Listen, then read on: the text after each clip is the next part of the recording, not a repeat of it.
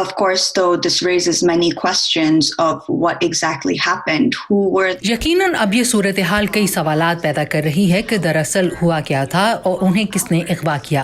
ये कैसे हुआ कि वो 12 घंटे तक लापता रहे और हुक्काम उन्हें तलाश ना कर सके। यकीनन सबसे बड़ा सवाल और जिम्मेदारी मकामी हुक्काम पर आती है कि वो मालूम करें कि क्या हुआ था और जिम्मेदारान को कसूरवार ठहराएं। ये सबसे ज्यादा अहम है क्योंकि मतीउल्लाह जान एक नामवर सहाफ़ी हैं और तनकीद के लिए मशहूर हैं और इस किस्म का वाक़या दीगर सहाफ़ियों के दरमियान खौफ फैला सकता है।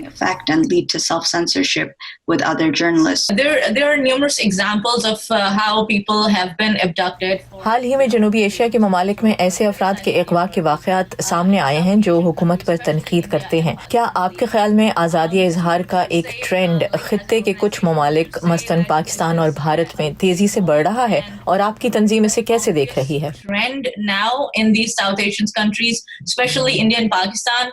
Yes, absolutely. In fact, this is something that CPJ did in extensive. जी हाँ, बिल्कुल। दरअकीकत 2018 में CPJ की तरफ से पाकिस्तान से मुतालिक एक रिपोर्ट सामने आई थी जिसमें हमने सिर्फ पाकिस्तान में सहाफ़त पर होने वाले हमलों का जिक्र किया।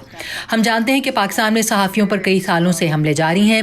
हमने पाकिस्तान में सहाफ़ियों को कत्ल होते देखा है, उनकी गिरफ्तारियां देखी हैं, लेकिन हालिया सालों में हमने देखा है कि एक तरफ सहाफ़ियों के कत्ल में कमी ज़रूर आई है जो एक अच्छी बात है, लेकिन साथ ही उनकी जबरी गुमशदगी में इजाफा हुआ है जिससे प्रेस पर खौफनाक असर पड़ता है। At the same time, we've seen an increase in these reports of enforced disappearances or abductions, which has had chilling effects on the press.